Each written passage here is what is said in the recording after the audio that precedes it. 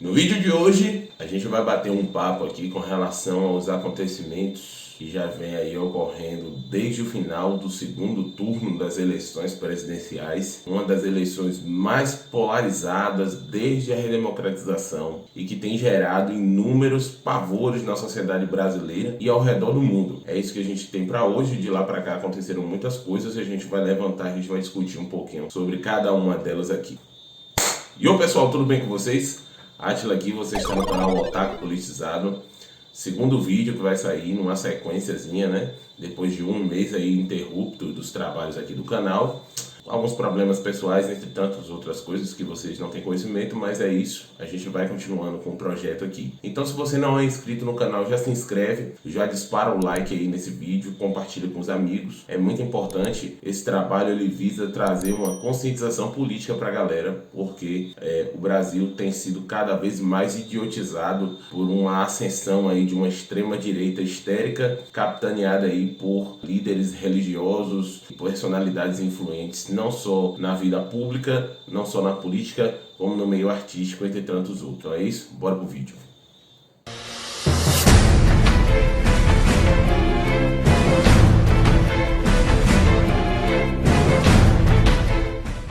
Galera, no último dia 30 houve aí a disputa do segundo turno das eleições, onde Lula se sagrou aí o grande vencedor. Sei. Onde a maioria da população brasileira assim o quis, né? Lula ganhou aí com, se eu não me engano, um pouco mais de 60 milhões de votos, enquanto Bolsonaro alcançou aí a casa dos 58 milhões de votos. Eita, que nojo!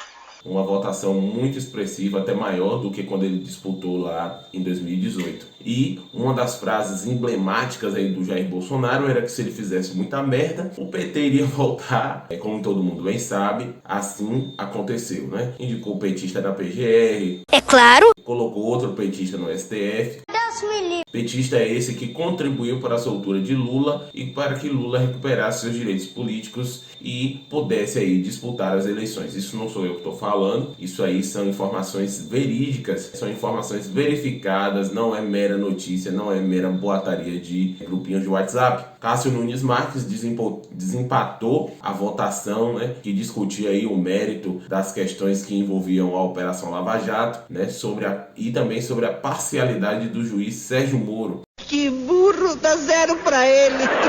Na ocasião, a votação estava empatada 3-3 e um ministro do STF, o decano Celso de Mello, se aposentou. O Cássio Nunes Marques ocupou essa vaga e no seu voto de Minerva, ele votou pela soltura do Lula e pela recuperação dos direitos políticos do Lula. Tem muita gente aí questionando o sistema de votação eletrônica, questionando por que um ex-presidiário disputou a presidência da República, mas o fato é que quem contribuiu para que esse ex-presidiário voltasse ao poder foi o próprio Bolsonaro. Inclusive tem registros dele em live aí onde ele diz que se tiver que soltar o Lula, que solte, ou tudo que se acusa de uma pessoa é passível de ser verdadeiro. são frases, são falas do próprio Bolsonaro. O Bolsonaro ficou, logo após o resultado das eleições, ficou aí recluso durante mais de 48 horas, não adotou o protocolo que é de praxe do perdedor ligar para parabenizar o vencedor, né? O Bolsonaro estava lá puto da vida porque tinha perdido a eleição, né? Ele que tinha a certeza absoluta de que venceria. Acho que todo mundo que disputa um jogo, que participa de alguma disputa, vai com aquela expectativa, com aquela esperança de vencer. Mas o Bolsonaro, ele tinha uma certeza absurda e não foi o que aconteceu.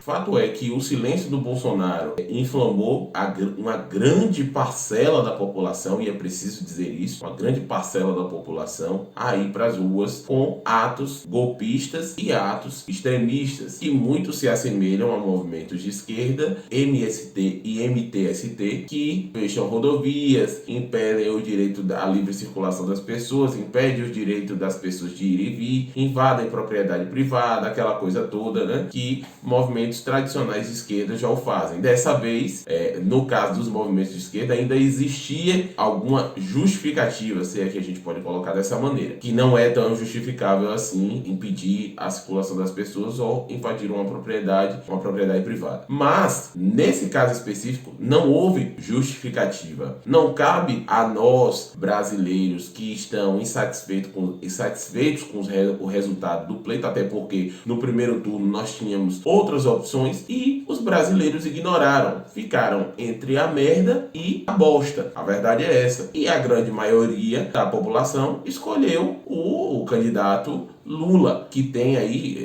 respondia a inúmeros processos, né? Foi preso, ficou mais de um ano preso, de mais de 3.000 elementos de prova. Todos os elementos existem, mas ele teve os seus direitos políticos restabelecidos por uma atuação do próprio presidente da República, de forma indireta, mas ele tem a sua parcela de responsabilidade não só na indicação de ministros do STF, como na gestão da pandemia, como no ataque às instituições, como esse processo de fragilização da democracia brasileira, que é o que a gente já vinha observando aí nos últimos 4 anos de maneira mais intensa. O fato é que o silêncio de Bolsonaro incitou esse povo e essas pessoas passaram a bloquear rodovias, a Polícia Rodoviária Federal, que está completamente aparelhada pelo atual governo, e todos os governos que passam pela Polícia Federal, que passam pelo Planalto, todos os presidentes que passam, aparelham de alguma forma algumas instituições. É por isso que eu defendo, inclusive, a independência da Polícia Federal. A Polícia Federal deveria ter o seu diretor-geral com um cargo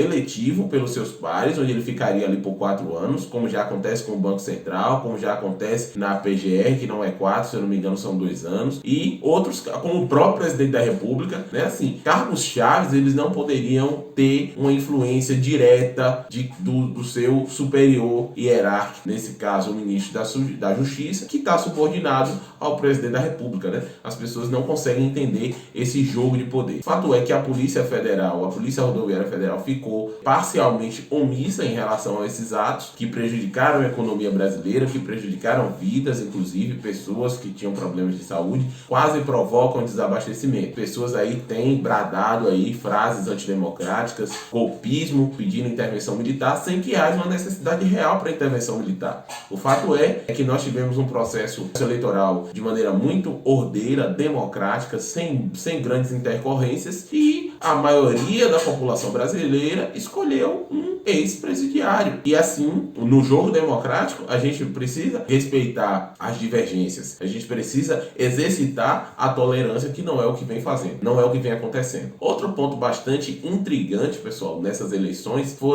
foi a atuação das igrejas, melhor dizendo, né? Dos políticos dentro das igrejas, e como as igrejas têm sido capitaneadas e têm sido utilizadas como instrumento de massa de manobra na população. As igrejas, ao meu ver, a religião, ela deveria servir para instruir as pessoas ao amor, ao respeito, à tolerância, a imitar a Cristo, a imitar a Jesus Cristo, né? Imitar os ensinamentos de Cristo. Eu acho que a igreja deveria ser um local onde se prega o amor, onde se prega os ensinamentos da palavra de Deus, e não um local que vá ser instrumentalizado ou utilizado como capital político para pretensões mundanas, vamos colocar dessa maneira. As pessoas que têm entrado no processo de histeria coletiva e têm sido cada vez mais incoerentes com a própria palavra de Deus. Eu digo isso porque eu já fiz estudo bíblico e sei que muitas das posturas que a gente tem visto aí não condiz com os ensinamentos da Bíblia. Pessoas têm sido utilizadas como instrumento político, né? Políticos utilizando púlpitos de igrejas para pedir voto, insuflando religiosos a terem comportamentos que não condiz com a palavra. As pessoas têm se tornado cada vez mais intolerantes.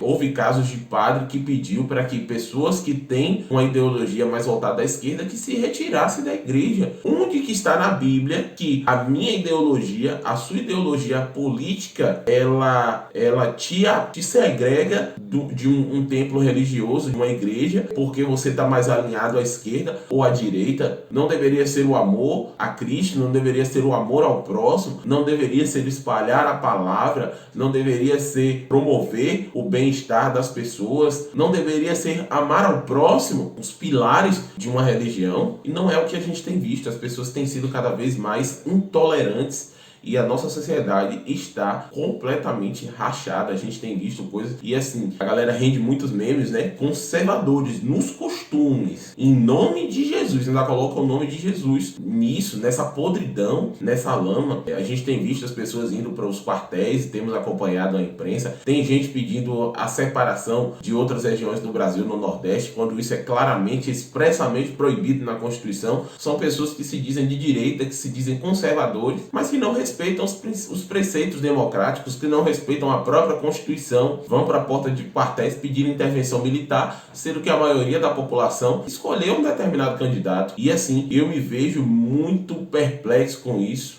né? E a gente vai discutir sim política, nós vamos discutir política de maneira racional. O Otaku Politizado, ele não está aqui para favorecer candidato A ou candidato B. A minha posição é expressamente contrária a ambos os candidatos, mas o nosso objetivo aqui é por um desenvolvimento da mentalidade da população brasileira e do próprio país, independente de quem ocupe o Palácio do Planalto. Então a gente tem que torcer pelo Brasil, mas a gente precisa também precisamos criticar constantemente os desmandos de quem quer que seja, e o que não aconteceu com essa direita que se diz de direita que aí estava, foram os desmandos de Jair Bolsonaro durante esses 4 anos de gestão. Uma péssima gestão da pandemia, uma péssima gestão na área econômica, uma péssima gestão no que se refere a privatizações. Ainda teve algum controle, o Paulo Guedes lá, o posto Ipiranga, ainda tentou controlar de alguma forma a parte econômica sem muito respaldo, porque muitas vezes ele foi rifado pelo próprio presidente da República. Muito burburinho, muita instabilidade jurídica no país, fuga de capital, essa PEC kamikaze aí que vai gerar um rombo absurdo. Aí as pessoas,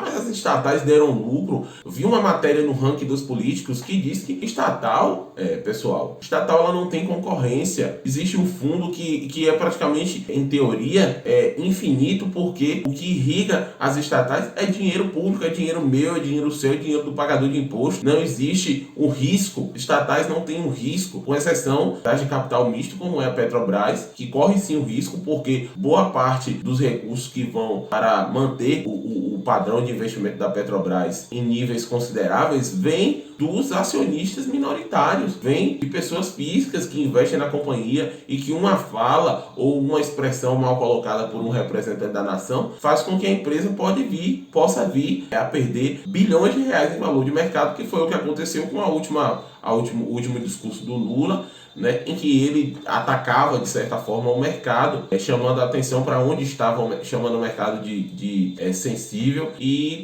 questionando essa possível sensibilidade do mercado durante os desmandos de Jair Bolsonaro. O que Lula não observou é que em todos os discursos ridículos do atual presidente da República, várias estatais perderam valor de mercado, inclusive a própria Petrobras, com aquelas possíveis interferências na presidência da estatal para tentar conter aí a alta dos combustíveis, onde a estatal perdeu muito dinheiro em valor de mercado. Recuperou ao longo dos meses, um trabalho constante, não por parte do presidente da República, mas por conta dessa lei, da lei das estatais, do conselho administrativo da empresa, que está, de certa forma, blindado a certas interferências. O Bolsonaro jogou muito dinheiro aí com a PEC kamikaze, mas isso vai acabar agora em dezembro, né? E o preço dos combustíveis já voltou a subir e vai continuar subindo. E se o governo Lula, o governo eleito, tentar fazer qualquer tipo de subsídio ou acabar com o PPI, a gente está frito. E a gente vai continuar observando, nós vamos continuar acompanhando e vamos tecer críticas sim, não só ao governo estadual, como ao governo federal, deputados, senadores, vereadores. O Otaku Politizado está aqui para questionar. Nós vamos questionar e nós vamos também debater e nós vamos trazer conteúdo de qualidade para vocês. Essa semana também tivemos aí a perda da cantora Gal Costa. Vi um post agora no canal Alan dos Santos, onde pessoas de direita já começam a atacar a artista que faleceu pelo fato dela ter um posicionamento político contrário ao dessas pessoas. É o chamado ódio do bem, que é absurdamente lamentável. Então, pessoal, a gente teve aí esses acontecimentos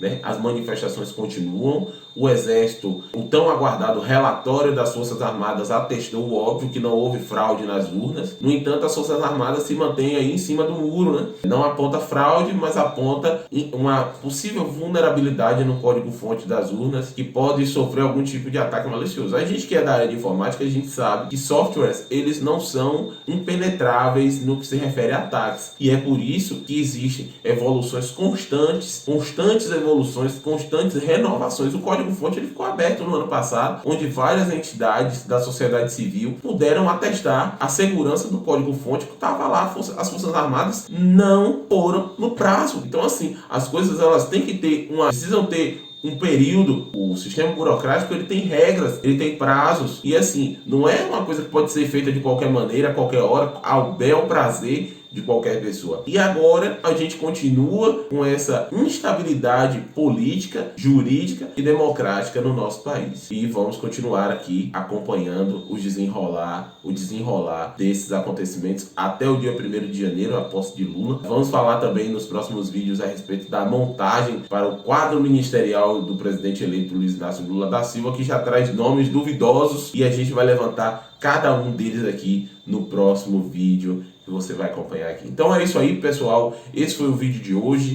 Peço encarecidamente a você que se inscreva no canal, compartilhe esse vídeo para os seus amigos, deixe o seu like. O mais importante, além da sua inscrição, é que você deixe aí o seu comentário. Eu preciso saber o que você acha dos nossos conteúdos para que a gente consiga aí melhorar cada vez mais os nossos vídeos, trazendo informações aqui de qualidade para você. Então esse foi o vídeo de hoje. Muito obrigado para você que assistiu até aqui. A gente se vê no próximo vídeo. Valeu! Tchau!